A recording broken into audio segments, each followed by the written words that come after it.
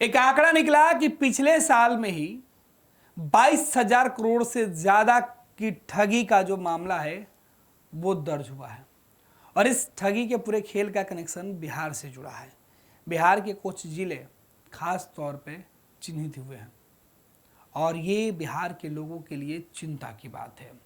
पहले झारखंड का जामताड़ा था, लेकिन अब बिहार का नवादा और नालंदा हो गया। हमारे साथ इस गंभीर मुद्दे पर बात करने के लिए हमारे सहयोगी नीतीश हैं जी। जो हमें समझाएंगे कि आखिर ये पूरा जो आंकड़ा है वो कहाँ से निकल कर आया और कैसे साइबर फ्रॉड के मामले जो अपराधी होते हैं वो देते हैं। नीतीश, ये पूरी खबर आपने लिखी है, दर्शकों को समझाइए कि पूरा खेल क्या है और साइबर फ्रॉड का पूरा मामला जो करोड़ों रुपए की ठगी का मामला आता है, ये कैसे होता है।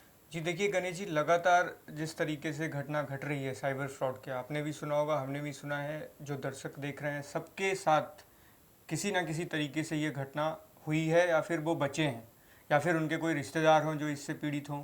क्योंकि जिस तरीके से ऑनलाइन पेनिट्रेशन बढ़ा है, हम ऑनलाइन यूपीआई यूज़ कर रहे हैं, ट्रांजेक्शन कर रहे हैं, और ओटीपी का सारा काम जो है ओटीपी के थ्रू अब हो रहा है। तो जो क्रिमिनल हैं उन्होंने भी अपना काम करने का तरीका, जिसको हम बोलते हैं टेक्निकल मॉडस ऑपरेंडी, उन्होंने बदल दिया है।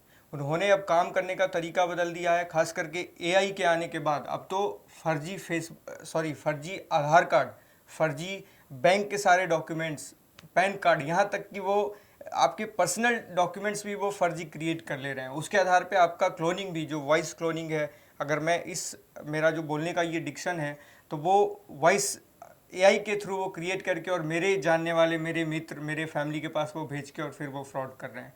तो ये जो आंकड़ा अभी हमने बताया कि पिछले साल 22,000 करोड़ का ये फ्रॉड हुआ है, जिसमें ये जो ऑनलाइन फ्रॉड होता है उसमें सबसे बड़ा जो मामला है, सबसे बड़ा जो मुद्दा वो होता है ऑनलाइन फ्रॉड में, सबसे ज़्यादा फिनेंशियल फ्रॉड होता है। वो जो हम ओटीपी और इस तरीके की बात करते हैं उसमें सबसे ज़्यादा जो है वो बीटीए फ्रॉड का होता है। जी नीतीश, इसमें आपने खबर लिखी कि नालंदा और नवादा का नया ठगी ठिकाना है, क्या मतलब है? इसका मतलब ये समझना होगा कि बिहार में हॉटस्पॉट जिसको कहते हैं कि कहाँ से ये ऑपरेट हो रहा है इस तरीके के कारनामे। तो बिहार में कुछ जिले हैं गिने चुने, उसमें 5-6 जिले हैं, लेकिन नालंदा और नवादा का जो मॉडल है वो काफ़ी अलग है। ये अगर हम इसको पीछे देखना चाहें तो पहले ये जिस तरीके से जामताड़ा और देवघर में स्टार्ट हुआ, वैसे तो ये आई थिंक भारत के जो टॉप 10 जिले हैं जिसमें सबसे ज़्यादा इस तरीके के क्राइम को ऑपरेट किया जाता है, उसमें देवघर और जामताड़ा थे। वहीं से यहाँ के जो युवा थे, नालंदा के रहने वाले, नवादा के रहने वाले, ये युवा कहीं गए बाहर, ट्रेनिंग लेके आए, जी वहाँ से सीख के गए। वहाँ पे तो अभी एक क्लास करने का वहाँ पे कोचिंग इंस्टीट्यूट है इसका। कोचिंग बिहार से, झारखंड से लोग, यूपी से लोग वहाँ पे जाके और बकायदा फी पे कर रहे हैं वो, और इस तरीके की फ्रॉड करने का जो है वो पूरा का पूरा उसका टेक्निकल जो नॉलेज है वो लेके, सीख के और फिर आके वो अपना कारनामा कर रहे हैं। और डेली के हिसाब से वो करीब 20, 30, 50 लोगों को वो टारगेट करते हैं और उसमें करीब 5 लोगों को वो पेनिट्रेट कर देते हैं। ये आपने लिखा है कि बिहार के नालंदा, पटना, जमुई, शेखपुरा और दरभंगा जैसे जिले अब नए साइबर ठगी का हॉटस्पॉट बन चुके हैं। और इनका काम करने का तरीका है कि सीबीआई के नाम पर गया जिले के जाने माने एक डॉक्टर है, उनसे इन्होंने 4.40 करोड़ रुपए की ठगी की है। सीबीआई का भय दिखा कर। जी बेसिकली ये डिजिटल अरेस्ट का मामला था। इन्होंने जो है, ये डॉक्टर जो है गया के अभय नारायण, इनका एक हॉस्पिटल भी है काफ़ी बड़ा और जाने माने डॉक्टर हैं, इनके साथ 4 करोड़ कुछ लाख का जो है बहुत बड़ा स्कैम हुआ था। उन्होंने डरा कर ही किया था कि मैं सीबीआई के ऑफिस से बोल रहा हूँ, और वो डर गए और उन्होंने फिर इस तरीके से लेन देन हुआ। उसके बाद पटना में भी एक रिटायर्ड प्रोफेसर के 7 करोड़ों की हाल ही में बिल्कुल आपने कहा। नालंदा पुलिस ने हाल ही में खुलासा करते हुए बताया था कि साइबर अपराधियों ने एक बेहद ही शातिर तरीका अपनाया है। जी स्थानीय थानों के द्वारा state crime record bureau SCRB portal पर अपलोड की गई FIR की जानकारी को हैक कर ठग पीड़ितों और आरोपियों से संपर्क करते हैं और उन्हें उनसे केस में नाम हटवाने या फर्जी तरीके से गलत बातें बताकर उन्हें गुमराह करके किस तरीके से फ्रॉड करते हैं। जी, तो इसमें बेसिकली डिटेल जो ये है कि जो सरकारी जो जिस तरीके से जो मामले होते हैं उसका केस जो है वो ऑनलाइन होता है CCTNS के माध्यम से। तो इस पोर्टल पर जाके फ्रॉड, और वहाँ से जो बेसिक जो पर्सनल डिटेल्स है वहाँ से उस डिटेल्स को निकाल के यूज़ करके फिर वो फ्रॉड करते हैं। तो ये हालांकि आपने कहा कि ऑपरेशन प्रहार जो चला, इससे क्या जी, सफलता मिली? पुलिस ने ऑपरेशन प्रहार करके इसके लिए चलाया, इसको तोड़ने के लिए और जिस शिकंजा कसने के लिए। इसमें काफ़ी लोग पकड़े भी गए और काफ़ी लोगों पुलिस के भी पास काफ़ी जो है इम्पोर्टेंट फैक्ट्स पता चला उनको कि किस तरीके से ये लोग काम कर रहे हैं। तो पुलिस ने अपना जो स्ट्रेटजी उसको शिकंजा कसने के लिए बना रही है। आपने इसमें लिखा कि देश भर में छोटे शहर बने साइबर फ्रॉड की फैक्ट्री। जी बिल्कुल, छोटे शहरों से ही ये ज़्यादा, क्योंकि देखिए इसमें हैं जो युवा काम कर रहे हैं, बिल्कुल बकायदा एक ऑफिशियल तरीके से वो काम करते हैं। तो सबसे ज़्यादा जो युवा पहले तो कहीं कहीं तो ये जिस तरीके के डिजिटल अरेस्ट और इस तरीके के जो कारनामे होते हैं, क्राइम होते हैं, उसमें तो टेक सेवी लोग हैं जो इंजीनियरिंग करके और पढ़े लिखे युवा। लेकिन जो छोटे शहरों में जैसे जामताड़ा की बात करें, मथुरा की बात करें, नालंदा की बात करें, तो वहाँ पे जो युवा लेबर का काम करने बाहर हैदराबाद गए थे, हैदराबाद में भी इसी तरीके का कोचिंग जो यहाँ पे जामताड़ा में और देवघर में चल रहा है, वही कोचिंग हैदराबाद के तेलंगाना में भी चलता है। तो यहाँ से जो युवा काम करने गए वो सीख के आए और फिर यहाँ पे उन्होंने उस तरीके से बिल्कुल अपना काम किया। आपने लिखा है कि एक रिपोर्ट आपने पूरी बनाई है कि देवघर के नूह, मथुरा जैसे छोटे शहर साइबर फ्रॉड के नए अड्डे बनते जा रहे हैं।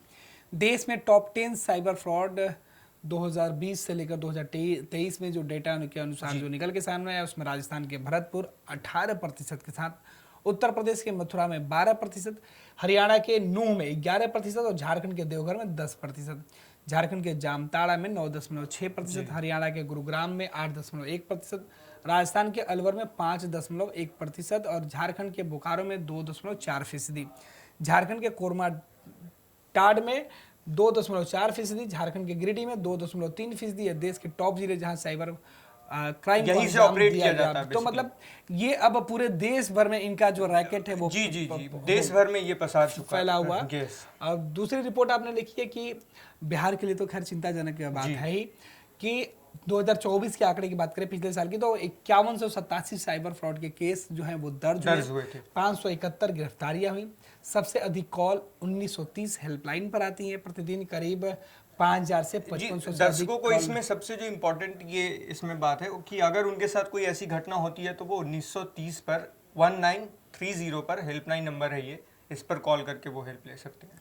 तो ये हेल्पलाइन नंबर जो 1930 है वो केवल बिहार के लिए या पूरे देश के लिए? नहीं, पूरे देश के लिए बेसिकली है ये। तो अगर आपके साथ या आपके जानने वाले के साथ कभी इस तरीके की नौबत आती है, साइबर फ्रॉड के शिकार, अगर आपको शिकार बनाते हैं, उनके चुंगल में फंसते हैं, तो आप बेहिचक बिना किसी संकोच के जो हेल्पलाइन का नंबर है 1930 1930 1930 पर आप कॉल करें और यहाँ पर आके अपनी समस्या बताएं, जहाँ आपको इस तरीके के खेल से बचाया जा सकता है। दूसरी बात आपने कहा कि दिन में 85% वित्तीय ठगी से जुड़े होते हैं जो बिहार के बाकी। जी, मैंने शुरू में ही कहा था कि ये जो जितने मामले हैं इसमें सबसे ज्यादा जो है पैसे का लेन देन का ही है। आपने लिखा है कि ओटीपी के जरिए फेक इन्होंने लिंक बना दिया, ओटीपी भेज दी, पासबुक और बाकी चीजें, भावनात्मक या मनोवैज्ञानिक ट्रिक का इस्तेमाल करते हैं, केवाईसी फ्रॉड और बिजली के नाम पर ग्राहकों से जानकारी लेते हैं। जी, ये पूरा सीन क्या है? इसमें से अगर दर्शकों के लिए समझाना बहुत इजी तरीके से ऐसे समझना होगा कि सबसे पहले वो अगर ओटीपी भेजते हैं, जैसे कोई काम है, किसी तरीके का आप काम करते हैं और ओटीपी आता है, और जबकि वो ओटीपी आपका नहीं होता, वो फर्जी तरीके से वो उसको क्रिएट करते हैं और वहाँ से फिर आपके अकाउंट से सुनते हैं कि जो आपके अकाउंट में पैसा रखा हुआ है आपने जमा करके वो चला जाता है। तो वो बेसिकली वहीं से, और आपके पास लिंक भी आता है, अगर आपके पास व्हाट्सएप पे लिंक आती है या फिर आप कुछ डाउनलोड करते हैं या फिर किसी वेबसाइट को आप खोजते हैं गूगल पे जाके, और वो वेबसाइट बेसिकली वो फेक होता है ताकि वो आपको उस चंगुल में फंसा सकें, और आप अगर आपने क्लिक किया उस वेबसाइट पे तो आप फिर आपके अकाउंट से वो पैसा चला जाएगा। तो ये बेसिकली, और सावधानी के तौर पर क्या ऐसे जो दर्शक हैं उनको बताइए कि सावधानी में हम क्या बरत सकते हैं? जैसे कि आपने कहा कि सोशल मीडिया पर अगर आपने प्रोफाइल बनाई है तो date of birth, mobile number, bank details आदि जो निजी जानकारी है उसे साझा नहीं करें। बेसिकली अगर 2 पॉइंट में कहें तो सबसे पहले तो अपनी जो पर्सनल जानकारी है वो साझा ना करें, क्योंकि सबसे ज़्यादा जो डिटेल वो इकट्ठा करते हैं वो फेसबुक और सोशल मीडिया से करते हैं। सबसे अगर हम डिटेल में बात करें तो जो हम फेसबुक पे कुछ पोस्ट करते हैं उस पर वो देखते हैं कि लाइक क्या है, डिसलाइक क्या है, कौन इसको लाइक कर रहा है। तो जो आपके फ्रेंड लिस्ट में जो लोग लाइक कर रहे होते हैं वो आपके पर्सनल लोग, अपने क्लोज लोग होते हैं, वहाँ से जाके उनको फिर वो टारगेट करते हैं। दूसरी बात कि ये आजकल जो चल रहा है इसमें शेयर मार्केट और क्रिप्टो ट्रेडिंग इस तरीके का कि आपने 2 लाख इन्वेस्ट करना है और वो 6 लाख देंगे, ऐसा कहीं बहुत ही रेयर होता है। ऐसा अगर कोई आपको ऐसा कह रहा है तो समझिए आप चंगुल में फंसने वाले हैं। तो बिल्कुल अब जी। बिहार के जो लोग हैं उनके लिए ये बड़े ही काम की खबर है और बेहद ही सावधान रहने की ज़रूरत है। साइबर फ्रॉड और बिहार का कनेक्शन जो जुड़ा है वो चिंता की बात है।